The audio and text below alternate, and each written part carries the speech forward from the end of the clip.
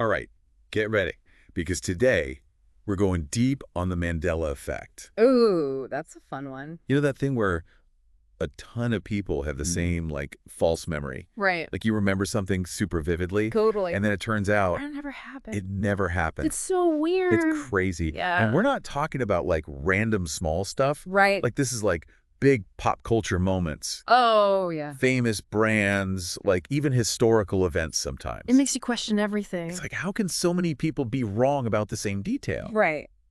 Is it, like, mass delusion, or are we all, like, glitching in the Matrix? Maybe. Or is there something even weirder going on? Who knows? I don't know, but I'm excited to dive into it. Me too. So, before we get too far into the theories about what's causing it, Okay. let's start with some examples that people might recognize. Yeah, that's a good place to start. You ready for this? Hit me. Okay, first up, Okay. the Berenstain Bears. You know, those lovable bears who lived in a tree and taught us all those great life lessons. Hold on. Yeah. Did you say Berenstain with an E? Yeah, Berenstain Bears. Interesting. Everybody knows that, right? Well, that's the Mandela effect for you because the actual spelling is Berenstain with an S. Berenstain. Yeah. B-E-R-E-N. S-T-A-I-N. Oh my gosh, I'm looking at a book cover right now. Mm. You are right. Crazy, right? It looks so wrong. I know. I always remember it as Berenstain. Yeah. It's like, my entire childhood is a lie. That's exactly what it feels like. So if it's not some kind of mass hallucination, Right. how does this happen? How can so many people be wrong about the same thing? It's a really good question, and there are actually a few theories that try to explain the Mandela effect. Okay. One is this concept of, false memory, Yeah. which basically is just that our brains, they aren't perfect. Right. They're not recording devices. They're constantly like reconstructing memories Right. based on little bits of information, emotions, expectations. So it's like more of a collage than a photograph. Exactly. Right. And sometimes, Yeah. like, those pieces can get mismatched Uh-huh. or even completely made up, Wow. especially if we see, like, misinformation or if we just have really strong ideas about something. So maybe I saw Berenstain spelled that way somewhere else. Yeah. Or maybe I just, like, unconsciously changed the spelling in my head Can be. to make it sound better. Yeah. But what about the people who swear they saw it with their own eyes on the book covers? That's where another theory comes in called confabulation. Okay. And it's just a fancy word for when you fill in gaps in your memory with stuff that didn't happen.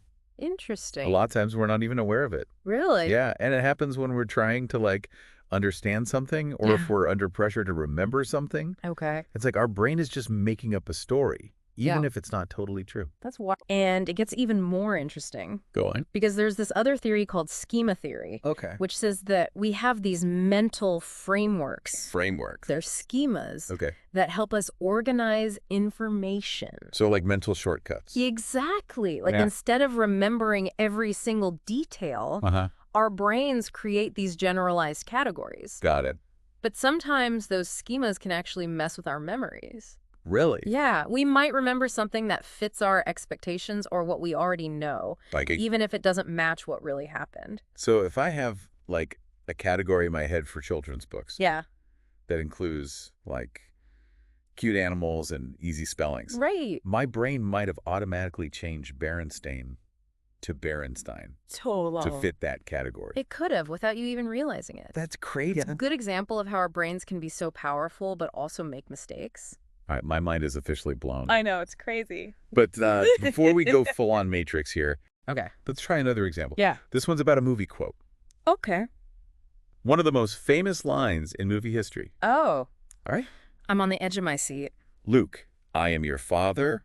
Star Wars. Of course, Darth Vader's big reveal to Luke Skywalker. Chills down your spine every time. I know, and I can hear James Earl Jones's voice saying it right now. Yeah. Except, get this, Okay. Darth Vader never actually says, Luke, I am your father. Really? Nope, the actual line is just, no, I am your father. Wow, no Luke. No Luke, no fanfare, just straight to the point. Interesting. But I've seen it written as Luke, I am your father, everywhere. Yeah, it's everywhere. T-shirts, memes, even official Star Wars stuff. It's one of those misquotes that has taken on a life of its own. Right. But if you go back and watch the scene, Yeah. the Luke just isn't there. Okay, this is getting really weird. Yeah. I'm starting to question everything I thought I knew. That's the fun of it. I guess this is why the Mandela Effect is so fascinating and, like, a little creepy. It Totally. makes you wonder about reality Yeah, and how easy it is to mess with our memories. exactly that. And we've only just started. We've got a lot more to go. There's so many more examples out there, each one weirder than the last. I'm ready for it. Well, I'm ready to keep going down this rabbit hole Me too. and see what other false memories we can uncover. Let's do it. I'm starting to think nothing is what it seems. That's the spirit. Okay, you ready for some more Mandela Effect madness? Hit me with it. I think I'm starting to get used to having my mind blown. All right, so let's talk about logos and brand names. Ooh. This is program. like extra trippy How so? because it's visual, right? Like you see these logos all the time. Right, yeah. And you think you know them. Yeah, some of them I've seen, like, my whole life. And then bam, Mandela Effect. That's true, yeah. I'm a little nervous now because I'm, like, a bit of a brand nerd. Oh, this is going to be fun then. Okay, all right, let's hear it. Think about Fruit of the Loom, Okay, yeah. the underwear. Yeah, I've got a pair in my drawer right now. So, what image comes to mind when you think about their logo? For sure, it's like a cornucopia, right? Okay. Full of fruit, like apples and grapes, Uh-huh. and maybe even a banana sticking out. Okay, I see where you're going. And it's like, in one of those woven baskets, like a harvest basket. Yeah. It's all about, like, abundance. Well, there's no basket. No What? cornucopia. You're kidding. Right. I'm totally serious. But I swear I've seen it with a basket like a million times. No, it's just fruit. No way. It's one of the most common misconceptions But why? Why would I remember that so clearly? because your brain loves to fill in the blanks, right? Like it wants to make sense of things. I guess so. You see a bunch of fruit, you think harvest, and boom, your brain adds a cornucopia. It's like those schemas we talked about before. Exactly. It's your brain creating a shortcut.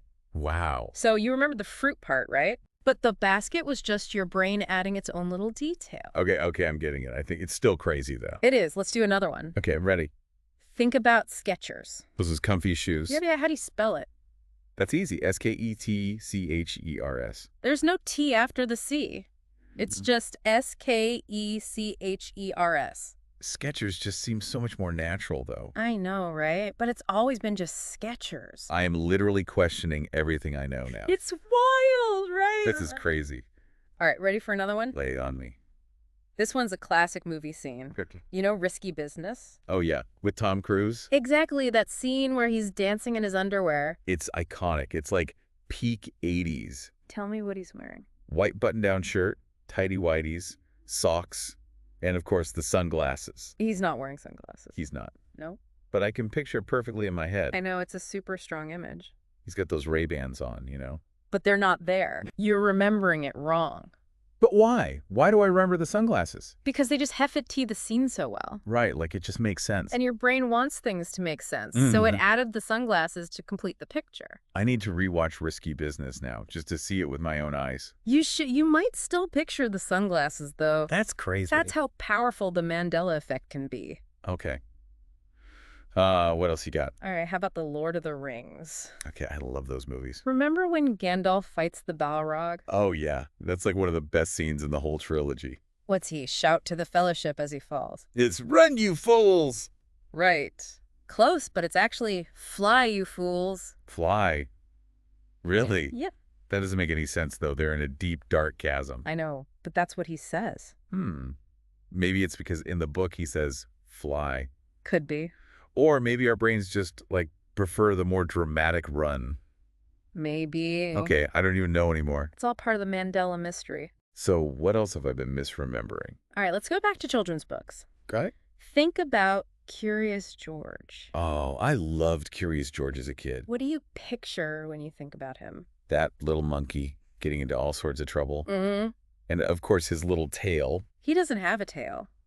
What? Curious George is completely tailless. No way. Are you serious? Uh-huh. I can see his tail so clearly in my mind. It's not there. But he used it to swing from things and hold stuff like it was part of his personality? It's just not there if you look at the books. No tail. You're messing with me, right? I swear, no tail. I need to see this for myself. This is blowing my mind. It's a classic Mandela effect. But how could so many people remember something that's not even there? Because we expect monkeys to have tails? Right, so Yeah. our brain just adds it in automatically. Like filling in the missing piece of a puzzle. Exactly. Your brain did it without you even knowing. And a lot of people have this memory, right? Oh yeah, the Curious George tale is a super common Mandela effect. So it's not just me being crazy. Definitely not. Okay, good to know.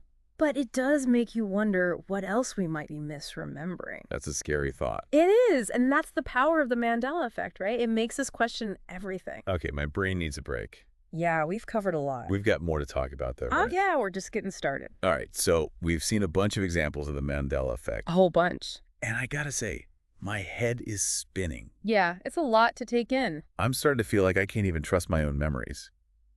I know the feeling. But it's also got me thinking, like, what does it all mean? That's the big question, right? If all these people share the same false memories, Yeah. what does that say about reality? Right. Are we in the Matrix? Maybe. Or something even weirder.